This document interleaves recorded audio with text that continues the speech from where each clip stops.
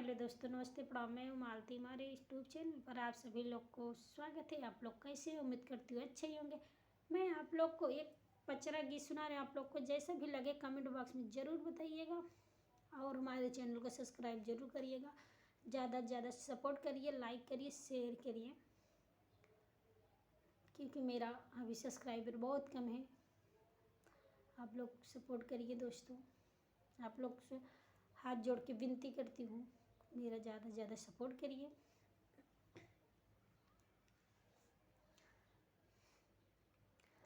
पूरब के देशवा से आवेली धोबिनिया हो कि धोवैला गिना।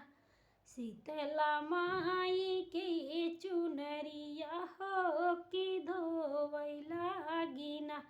शीतला माई के चुनरिया हो कि धोवैला गिना। धोई निधाई मालिन फेकलिया कसवा हो झुराई गईलिना। शीतला माई के चुनरिया हो झुराई गईलिना। पूरब के देशवा से आवेली धोबिनिया हो कि धोवैला गिना। सरदा माई के चुनरिया हो कि धोवैला गिना।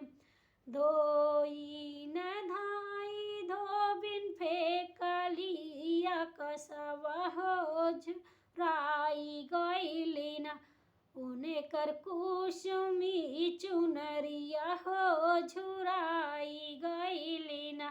उने कर कुसुमी चुनरिया हो झुराई गईलिना। पूरब के देशवा से आवेली धोबिनिया हो कि धोवैला गिना।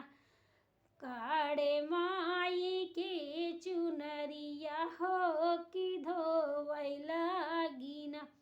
धोई न धाई धोबिन फेकलिया कसवा हो झुराई गईलिना। उने कर कुसुमी चुनरिया हो झुराई गईलिना। उने कर कुसुमी चुनरिया हो झुराई गईलिना। पूरब के देशवा से आवेली धोबिनिया हो कि धोवैला गिना। चौरा माई के चुनरिया हो कि धोवैला गिना। धोई न धाई माल धोई न धाई धोबिन फेकलिया कसवा हो झुराई गईलिना। उने कर कुसुमी चुनरिया हो झुराई गईलिना।